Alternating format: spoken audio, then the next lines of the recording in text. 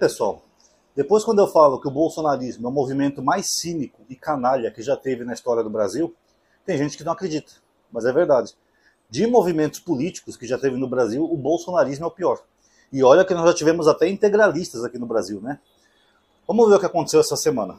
Essa semana veio aqui no Brasil um representante da OEA, que é a Organização dos Estados Americanos, que também é um representante da parte dos direitos humanos internacionais, tá? Primeiro que os bolsonaristas estão mentindo, dizendo que foi a pressão deles, lá com a deputada americana no Congresso, não sei o quê, que fez esse cara vir aqui. O Paulo Figueiredo postou um vídeo com o Eduardo Bolsonaro em Nova York dizendo isso. Não, porque foi a minha pressão, minha articulação com os deputados aqui republicanos que fez levar esse cara para o Brasil. É mentira. Esse cara foi convidado pelo governo brasileiro para vir no Brasil. Justamente para provar que não tem essa narrativa deles de que o Brasil é uma ditadura, que tem censura no Brasil, essas bobagens que eles criaram para deixar as pessoas loucas. Então foi o próprio governo que convidou esse representante para vir aqui no Brasil, tá? E ele veio de bom grado. Aí, os bolsonaristas começaram a mentir, né? Primeiro o cara se reuniu lá com o STF, com o Xandão e com o Barroso, e depois com os bolsonaristas, que ficaram mentindo, falando das vítimas do 8 de janeiro, e levaram até a filha do Clezão, aquele tal de Clérison que morreu lá dentro dos prisioneiros de 8 de janeiro. Bom, pessoal, sobre esses prisioneiros, eu já fiz um vídeo aqui explicando para vocês, só vou citar para não ficar redundante, que eles estão presos porque querem, a maioria. Porque o antigo Procurador-Geral da República, Augusto Aras, ele tinha feito um acordo com o Xandão aceitou, de fazer uma pena não cumprir a pena preso. Tá? É que tem uma palavra jurídica aí, eu estou meio equivocado, mas é não cumprir a pena preso. Era um acordo. Aonde eles iam pagar uma multa de R$ 5.000, se pudessem, se não pudessem, não precisaria pagar. Aonde eles iriam ficar 2 anos sem redes sociais e fazer um curso de democracia. Só isso. Então a maioria daquelas pessoas, e não são todos, tá? Porque alguns não tiveram direito a esse acordo, dependendo da gravidade do crime, a maioria já poderia estar em casa se quisesse. Mas mais da metade não aceitou. Por que eu não sei. Talvez eles queiram ajudar os bolsonaristas a manter a narrativa de que é uma ditadura. Vai ver isso. Mas a maioria não aceitou. Então, mais da metade desses presos aí do 8 de janeiro lá em Brasília, eles estão lá porque eles querem. Isso existe numa ditadura? Você vai, por exemplo, numa Coreia do Norte, ou sei lá, numa Venezuela, ou num país que é considerado ditatorial, tem esse acordo para que as pessoas possam cumprir em casa? Eu acho que não, pessoal. Então isso não configura uma ditadura, tá? E sobre a filha do Clezão, eles argumentam que o Clezão poderia ter sido solto. Parece que o advogado dele entrou com habeas corpus, porque ele tinha um problema de saúde, e aí caiu na mão do Nunes Marques, e o Nunes Marques não pôde dar o habeas corpus para ele, porque o relator era o Xandão. Aí eles falaram que o Xandão tem sangue nas mãos. Olha que absurdo, né? Um grupo que defendeu um governo que deixou 700 mil mortos de Covid, mais aquele genocídio Yanomami, você lembra aqueles índios magrelinhos, pareciam até sobreviventes do Holocausto, e eles falam que o Xandão tem sangue na mão. Sendo que no Brasil nós chegamos a uma média de 5 mil mortes por dia de Covid, o presidente se recusava a comprar vacina, mas é o Xandão que tem sangue na mão. Tem uma parte em Isaías que me veio à cabeça agora, só vou citar, não sei sua religião, se você crê na Bíblia ou não, mas tem uma parte em Isaías 8 que ele fala assim, Deus falando, né, através do profeta. Ai dos que chamam ao bem mal e o mal bem. Ai, senhor, tá na hora de agir. Mas voltando à parte da política. O que acontece, pessoal? Na verdade, o Clezão, ele morreu não foi por culpa do Xandão, foi por culpa do Bolsonaro. Quem é que ficou 4 anos como presidente do Brasil inventando mentiras para deixar essas pessoas maluquinhas? Foi o Xandão? Não, foi o Bolsonaro. Primeira mentira do comunismo. Até o Xandão uma vez citou lá em Brasília, o mesmo que eu já falei aqui em vídeo, que o comunismo tem 3 pilares. Não tem Estado, não tem propriedade privada e não tem classe social. Então não tem comunismo. Tecnicamente, nenhum lugar do mundo atingiu o comunismo ainda. Mas eles criaram que o governo Lula é comunista. E começou lá com o Olavo de Carvalho, aquele velho maluco lá, e foi se espalhando entre eles. Detalhe, o Lula governou 2 mandatos, a Dilma 1 mandato e meio que ela foi caçada, e não teve nenhuma tentativa comunista no Brasil. Nada, nem parecido com o comunismo.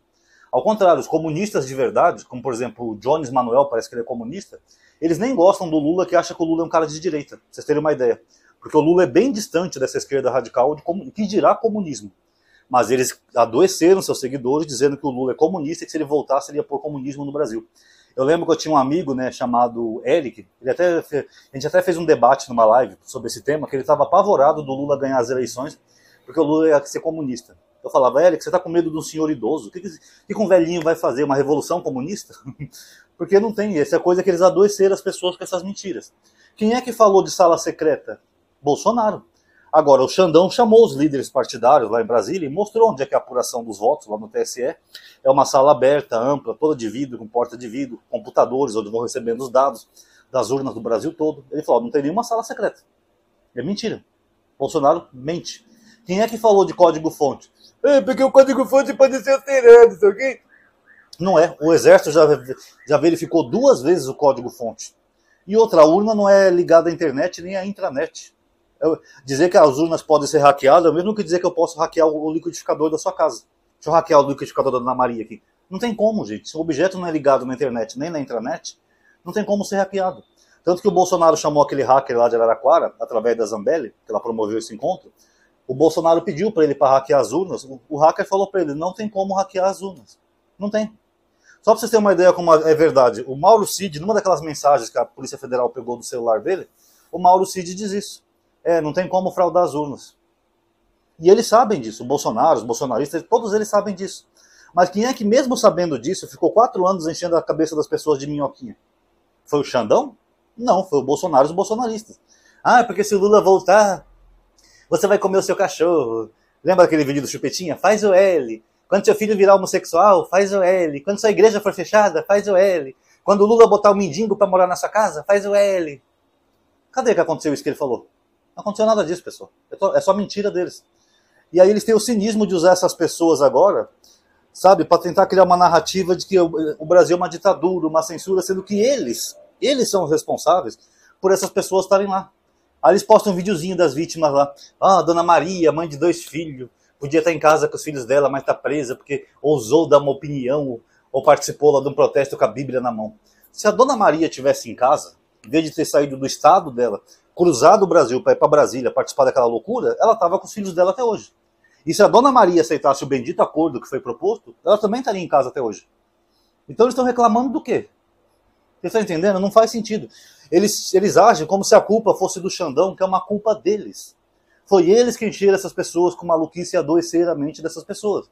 Código-fonte, sala secreta, fraude nas urnas, hackeamento de urna, o STF vai dar vitória pro Lula, não sei o quê. Eles que encheram a cabeça das pessoas. Na verdade, pessoal, quem deu a vitória pro Lula foi o Bolsonaro, e de bandeja.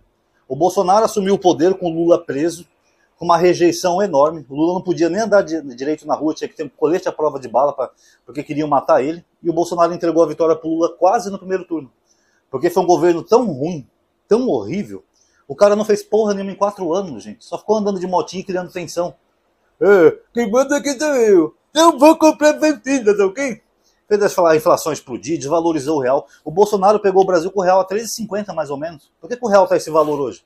Foi o Lula? Não, foi o Bolsonaro que fez o real explodir desde o primeiro ano, antes de pandemia.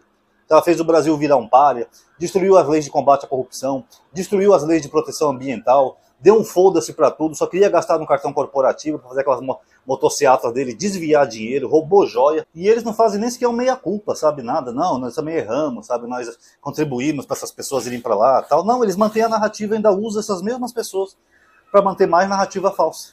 É impressionante, né, pessoal? É muito cinismo. Agora, o lado bom é que esse secretário aí, um tal de Carlos Vaca, ele falou, quando ele foi perguntado por um repórter o que ele achava se o Brasil estava numa ditadura, num regime ditatorial, ele falou: países ditatoriais nem sequer me deixam entrar. Sinalizando o quê? Que ele não viu nada demais. Aquelas pessoas estão presas, têm direito à defesa, tiveram acordo. O Barroso deve ter falado para elas, a gente propôs até um acordo para elas ficarem em casa. Elas que não quiseram. Então a única coisa boa disso tudo é que essa narrativa deles vai cair por terra. O cara viu.